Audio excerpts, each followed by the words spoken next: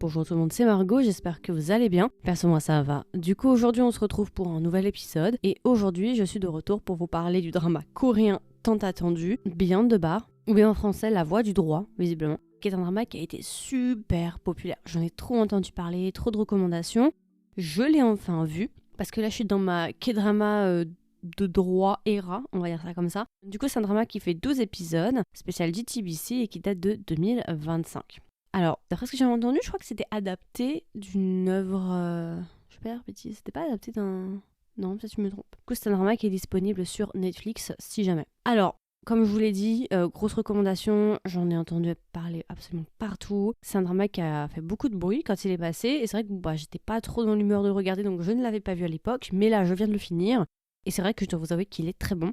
Et du coup, j'ai envie de vous en parler. Pour le casting, rapidement, pour celles et ceux qui voudraient en savoir plus, en acteur principal, nous avons Lee Ji-nook. C'est un acteur que vous connaissez sans doute, c'est un acteur assez connu. Bon, il a fait dans Squid Game 2 et 3. Mais moi, surtout, je pense, là où vous l'avez peut-être vu, c'était dans Bulgasal, Welcome to Wedding Hell, Immortal. Immortal, je crois que justement, c'est Bulgasal. Voice a Cat, Sweet Home. C'est un acteur quand même assez connu, je pense que vous l'avez déjà aperçu. Et ensuite, nous avons Jung Chae-yeon. Jung Chae-yeon, si vous ne la connaissez pas, elle a joué dans The King's Affection, Golden Spoon, Family by Choice, My First Love 1 et 2. C'est une actrice peut-être que vous avez aussi aperçue. Ça, c'est notre duo principal. Après, vous avez d'autres acteurs sans doute que vous allez reconnaître parce qu'il y a quand même un casting assez fourni. Mais ce sera notre duo principal. Alors, petit fun fact que là je viens de voir parce que je me suis dit pourquoi pas quand même vérifier parce que ça reste un très bon drama donc j'ai envie de voir un petit peu d'où ça vient, cette qualité. Le réalisateur, alors attendez, asseyez-vous parce que je vais vous faire la liste et puis là vous allez vous dire ah d'accord, ok, je comprends mieux. Le scénariste, c'est la personne qui a travaillé sur Flexcop, Revenant 2023. Là, asseyez-vous, ça va être le coup de massue. Through the Darkness 2022. Voilà. Et j'en passe, c'est des meilleurs, il y en a encore beaucoup d'autres. Mais ça, c'est vraiment pour moi mes préférés ces derniers temps. Flexcop que j'ai adoré, mais vraiment adoré Flexcop.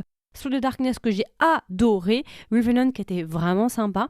Et il a aussi fait Begin Youth. Alors Begin Youth, je ne l'ai pas vu.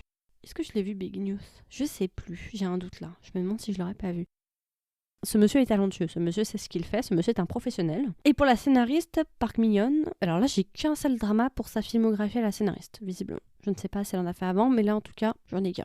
Voilà, je pense que déjà ça nous donne une petite idée de la qualité de l'œuvre. Alors rapidement, du coup, de quoi parle Beyond the Bar pour celles et ceux que ça intéresse. Beyond the Bar, du coup, ça se passe dans un milieu de droit, et plus particulièrement dans un cabinet d'avocats, un des plus puissants de Corée du Sud.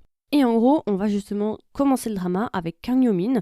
Kang Yo-min, c'est notre personnage principal, et c'est une jeune avocate qui vient d'être diplômée, et qui, au début du drama, du coup, va essayer d'intégrer une nouvelle firme, justement, d'avocats, où travaille notre personnage masculin principal, qui est Yeon Sok-kun. Ces deux personnages-là, malheureusement, vont commencer un peu sur le mauvais pied, entre guillemets. Et ce qui va se passer, c'est que lorsqu'ils vont justement être acceptés dans cette firme-là, on va demander à toutes les nouvelles recrues de choisir un secteur de droit qui les intéresse plus que les autres.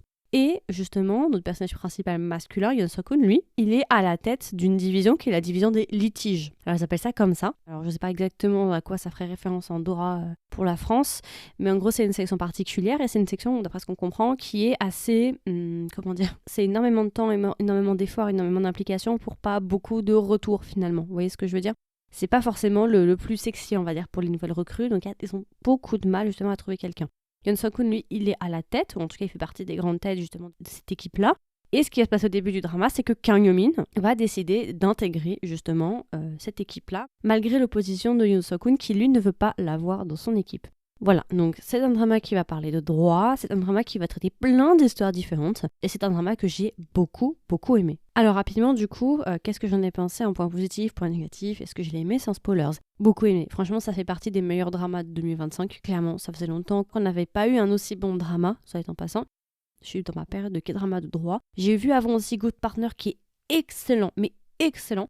Et j'ai enchaîné justement avec lui juste après. Et c'est vrai que franchement, ces deux-là, des bangers. Je comprends pourquoi, du coup, bon là on parle de Beyond the Bar, mais c'est vrai que je comprends pourquoi il a été aussi populaire. Et aussi, fun fact, vous savez, l'acteur Lee Ji-wook, j'ai toujours eu du mal avec lui. Jusqu'à présent, c'est le premier drama que j'arrive à finir avec cet acteur. Et c'est la première fois que j'apprécie cet acteur dans un drama. Jusqu'à présent, j'ai toujours drop ses dramas, j'ai jamais vraiment apprécié son jeu. Ça m'accrochait pas plus que ça. Je me rends compte maintenant que j'enregistre avec vous. C'est la première fois que je finis un drama avec lui et vraiment que j'apprécie le personnage.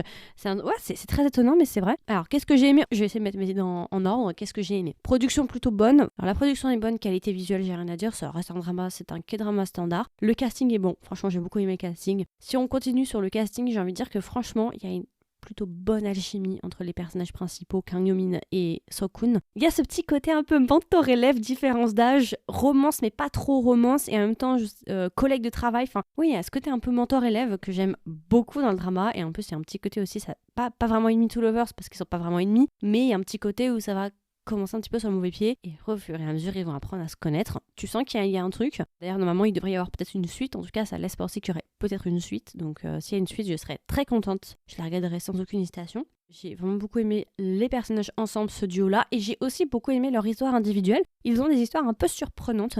Les deux personnages ont chacun une histoire très différente, et on va suivre justement leur carrière, leur relation tous les deux un tout petit peu, ça c'est le petit fil rouge derrière en fond, mais on a aussi leur histoire individuelle, qu'est-ce qui les a amenés à ce qu'ils sont aujourd'hui, et vraiment individuellement je trouve que leur histoire, leur arc sont très intéressants, et t'as envie de savoir la suite en fait, surtout pour le personnage de Seo-kun, parce que Kang Yo-min à la limite, ça va être expliqué très rapidement, et il n'y a pas trop d'intrigue. En revanche avec Seo-kun, il y a quand même quelque chose qui continue, donc je trouve que les personnages sont plutôt bien écrits, t'apprécies les personnages, t'as envie de suivre leur histoire, tu veux continuer, tu veux voir ce qui va se passer. Pour moi c'est un succès. Après il y a Christelle, si elle m'écoute, il y a un autre acteur qui fait une apparition et est-ce que je suis étonnée qu'il joue ce genre de rôle? Non mais vraiment, je suis même pas étonnée qu'il soit là en fait. Christelle, il est né l'année du cochon. Voilà, c'est tout ce que je vais dire. Je pense que si vous écoutez nos épisodes, vous allez savoir de qui je parle. Il est présent aussi dans le drama, mais vraiment, pourquoi il joue toujours ce genre de rôle? Franchement, je sais pas. Bref, je vais pas en dire plus, mais je m'attendais pas du tout à le voir parce qu'il est pas du tout dans les listes d'acteurs en fait. Quand tu regardes, je le vois même pas dans les listes d'acteurs. Non, il est même pas. Et pour moi, le drama brille dans son script, du coup, le fond, comment ça a été écrit. Et un des gros points, au-delà même de l'écriture des personnages, qui est vraiment pas mal, avec des bons personnages, des personnages intéressants que tu as envie de suivre, qui ont une certaine profondeur, qui sont travaillés. Ce qui est encore plus intéressant, c'est les cas individuels. Vraiment, j'ai adoré presque tous les cas. Ils sont tous très intéressants et très variés. Il y a vraiment des histoires différentes. Et vraiment, tu as envie de suivre de A à Z ce qui va se passer. Je pense à une scène en particulier. Il y a une affaire que j'avais vue sur internet justement, qui m'avait un petit peu spoilé. C'est une affaire avec un enfant, j'en dirais pas trop. J'ai beaucoup aimé cette affaire, vraiment. Et en même temps, c'est là, enfin vous verrez, mais c'est là où le drama change un petit peu. En tout cas, dans notre vision du personnage masculin, en tout cas, je sais pas s'il avait cette partie de lui avant, ou est-ce que c'est ce moment-là qui a provoqué ce pivot-là. C'est vrai que ça, c'est pas tout à fait clair s'il était comme ça avant ou non. Mais en tout cas, on voit clairement, nous, en tant que téléspectateurs, qu'il y a une différence. Bon, vous verrez, hein, je spoil pas trop.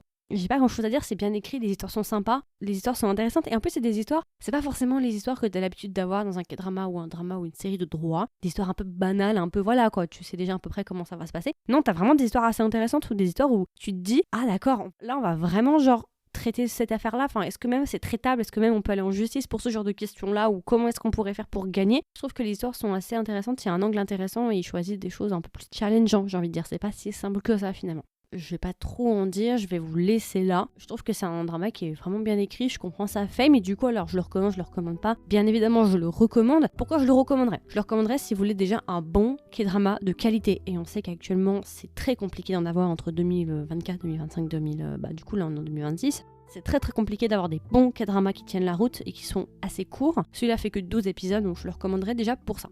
Ensuite, si vous voulez un drama de droit de qualité, je le recommande. Si vous aimez les acteurs, et si jamais vous voulez un drama de droit avec une pseudo-relation mentor-élève qui pourrait passer sur une romance, mais ça je pense que ce serait plutôt abordé dans une saison 2. Si vous aimez bien ce côté un peu mentor-élève avec une relation un peu ambiguë, j'ai envie de dire ça comme ça. D'ailleurs aussi ça me fait penser, il y a un couple secondaire que j'ai beaucoup aimé avec une différence d'âge, je viens de m'en souvenir. J'ai beaucoup aimé le couple secondaire aussi, j'ai trop aimé le personnage féminin dans le couple secondaire. Non, franchement, c'est un drama qui est bien écrit, un bon drama de droit, avec des bons personnages, t'as envie de suivre leur histoire, c'est court, dynamique, tu t'ennuies pas vraiment. Enfin, moi, j'ai pas grand chose à dire, c'est presque un sans faute. Franchement, vraiment beaucoup aimé. Du coup, si je devais lui donner une note, je pense que je lui mettrais un bon 17 sur 20. Ça faisait longtemps que j'avais pas mis une aussi bonne note, mais vraiment un des meilleurs K-dramas 2025 sans aucune hésitation. Et ça fait du bien quoi, parce que c'est vrai, comme je vous dis, maintenant ce genre de projet, il y a encore quelques années, on en avait peut-être une dizaine par an. Genre en 2018, 2019, 2020, 2021, c'était la dernière année 2021, après c'est parti en cacahuète. Maintenant, c'est vrai que ça a quand même drastiquement chuté. La qualité, elle est pas au rendez-vous. Et si déjà t'as 5 excellents dramas sur une année, c'est déjà un miracle. Donc voilà, écoutez, c'est à peu près tout. Je pense que j'ai fait le tour. C'était mon review assez court sur Beyond the Bar. J'espère que ça vous a intéressé, que ça vous a plu. Comme d'habitude, n'hésitez pas à me donner vos retours. Est-ce que vous l'avez vu? Si vous l'avez vu, est-ce que vous l'avez aimé? Vous ne l'avez pas aimé? Si vous ne l'avez pas encore vu, est-ce que vous comptez le voir et lui laisser une chance? Il y aura une section commentaires si vous m'écoutez sur Spotify et sur YouTube. Si jamais vous voulez être au courant des dernières sorties du podcast, n'hésitez pas à vous abonner sur votre plateforme d'écoute préférée. Comme ça, vous recevrez une notification dès qu'un épisode sort. Et si jamais vous voulez m'aider et me soutenir, n'hésitez pas à me laisser une note, pareil, sur votre plateforme d'écoute préférée. Donc soit un nombre d'étoiles sur Spotify ou bien un review sur Apple Podcast. Et puis voilà, écoutez, je vous souhaite une agréable journée ou une agréable soirée et je vous dis à la prochaine pour un nouvel épisode. Bye bye!